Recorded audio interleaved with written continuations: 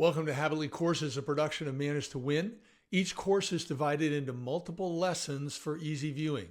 All are now completely free, so you can watch them on your own or work through them as a team.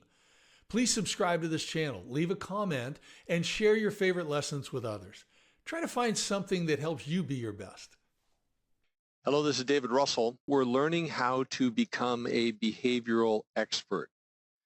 Lesson 2, we talked about the D of the DISC behavioral language dominance. Lesson 3, the I, the influencing of the DISC behavioral language. Now we're going to move on to the S, steadiness, and we're going to start with the high S.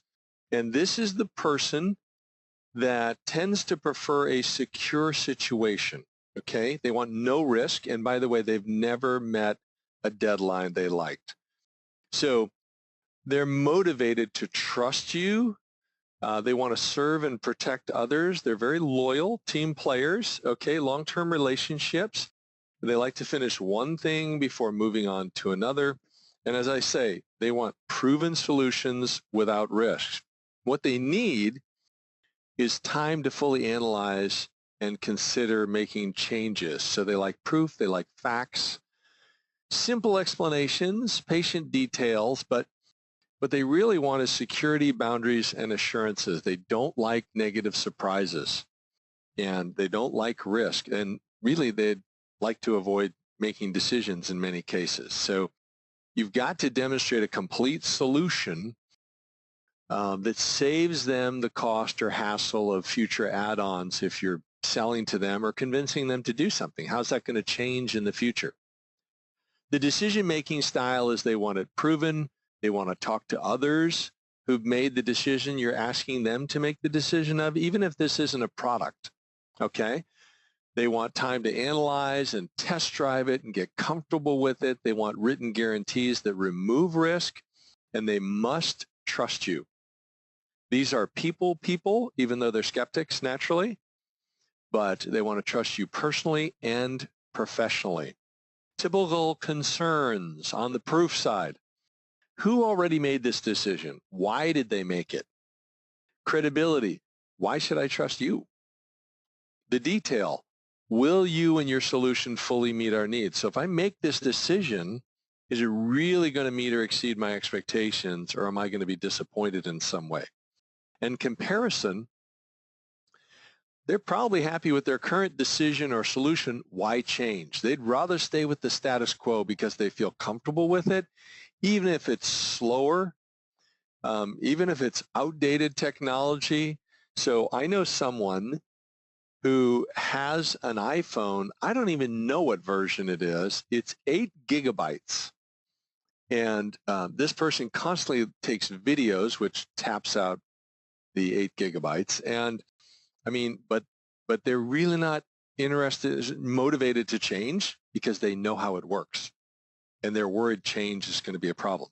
Okay, overcoming concerns on the trust area. You got to slowly develop a personal bond. It's just going to take time. Respect the process. Validation. Give them references from similar firms who made these types of decisions. Security. How will the problems be solved step by step? Competence. So you got to make certain they're comfortable that the skills you're promising you or your team have.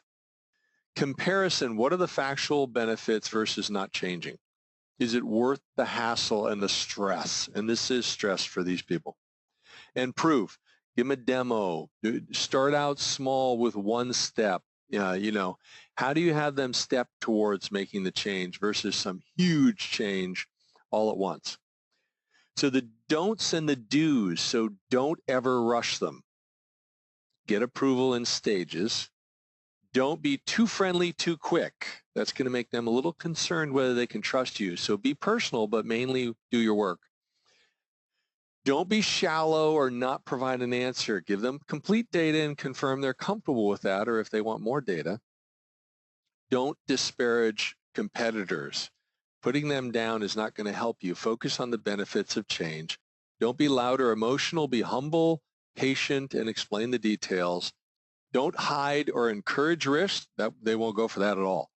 Explain honestly, conservatively, how risk is eliminated.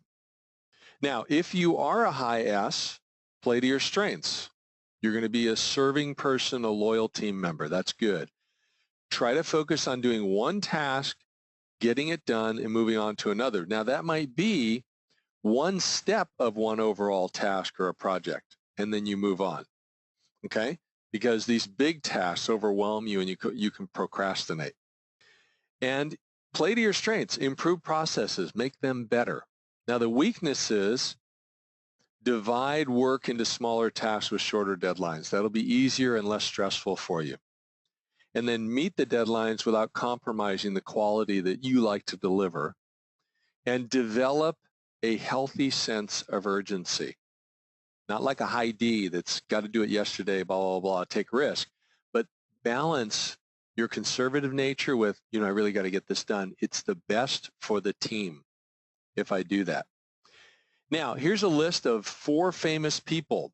Who do you think's a high S? There's 2 of them. Aaron Rodgers of the Green Bay Packers, he's a quarterback. Tiger Woods, professional golfer. Mother Teresa, Roman Catholic missionary, and Jerry Seinfeld, the comedian. What do you think? Which 2 are the high S's?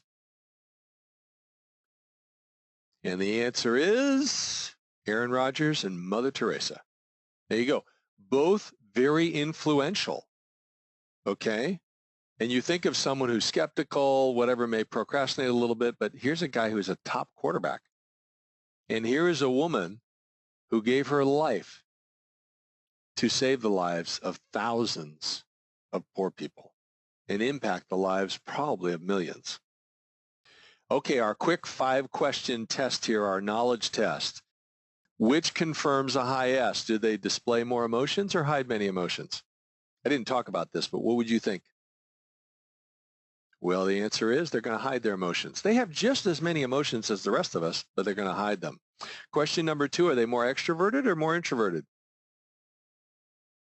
And the answer is more introverted. Question number 3, are they people-oriented or task-oriented? I did tell you this one. The answer is they are people-oriented. Question number 4, are they willing to consider new products or they prefer second-generation solutions? And the answer is they prefer second-generation solutions. Number 5, are they slower moving or faster moving? The answer is slower moving. That's a high S. Now you got a good flavor for it. Let's talk about steadiness, the low S, so the opposite of the high. This is someone who's an entrepreneur. They're comfortable in an unstructured, undefined environment with some risk, okay? And their motivation is, let's do something. Something's better than nothing. They're open to trying things that are new. They don't want to miss an opportunity. They want to do what they want, and they want to avoid full self-accountability or accountability from others, quite frankly. So what do they need? Well, if you're a low S, you need to think about facts and logic more before you jump into that decision. They like variety. They need training and accountability. I should probably underline that to follow process. They need to focus on their key points, okay?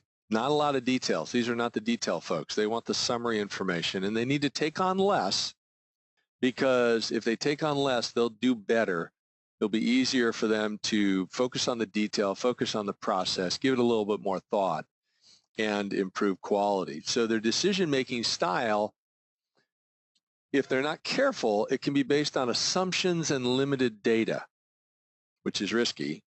They're motivated by positive change and breaking the status quo, but they can be emotional or expressive. Remember, the high S does not show emotion. The low S is the reverse. Can be impulsive. Now, they're going to delegate things that they, decisions they make, part of it or all of it, but the problem is they do it often without enough detail. So they need to work on that. To overcome their typical concerns, basically on the proof side, visually will be very helpful. They get a picture of it. Does it work? Can it do what we want? That's going to be very powerful for them. Credibility. Can you do what you say you can do? How are you going to back that up? Detail, explain at a high level, key features related to their needs specifically. And then comparisons. They like this because a lot of times this is summary information. What are the features, the implementation time, the cost, the ongoing expense, and the scalability in a table type of thing. Now, if you're going to overcome those concerns, misrepresentation. So make sure in your factual and your example of the benefits. Validation, get good references, ideally from firms that are similar to theirs. Speed, detail the timeline step by step, stage by stage, and the impact that will be achieved each step of the way. ROI, so what are the results of this decision to make it worth the risk?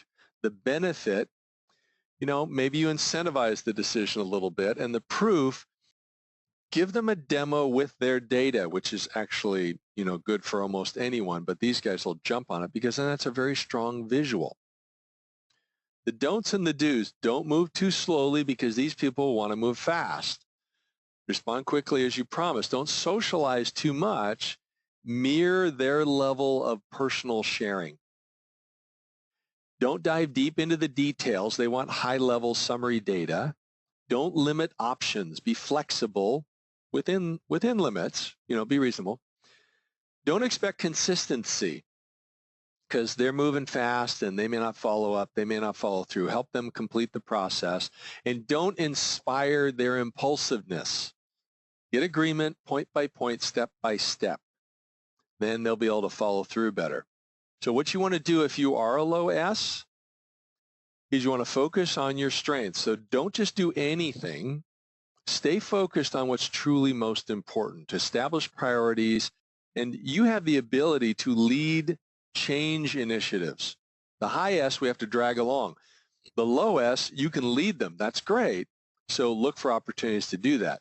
Now, to avoid your weaknesses, follow process like a checklist step by step. Checklist sounds so simplistic, but they will help you avoid a lot of mistakes. Develop your checklists. Realize there'll be another opportunity. Don't worry. It's like, oh, we got to do this. Otherwise, we're going to miss the opportunity. There'll be another one. Slow your decisions to avoid risk. Now let's jump into our 5 questions, our knowledge test. So remember, we're going to be the opposite of a high S. So the first question, does a low S display most emotions or hide many emotions? And the answer is display them. Question 2, is a low S more extroverted or more introverted? And the answer is more extroverted. Question 3, are they people-oriented or task-oriented? The answer is task-oriented. Question 4, is a low S willing to consider new products or do they prefer second-generation solutions? The answer is they're comfortable with new products. And last but not least, are they slower moving or faster moving? And the answer is the low S is faster moving.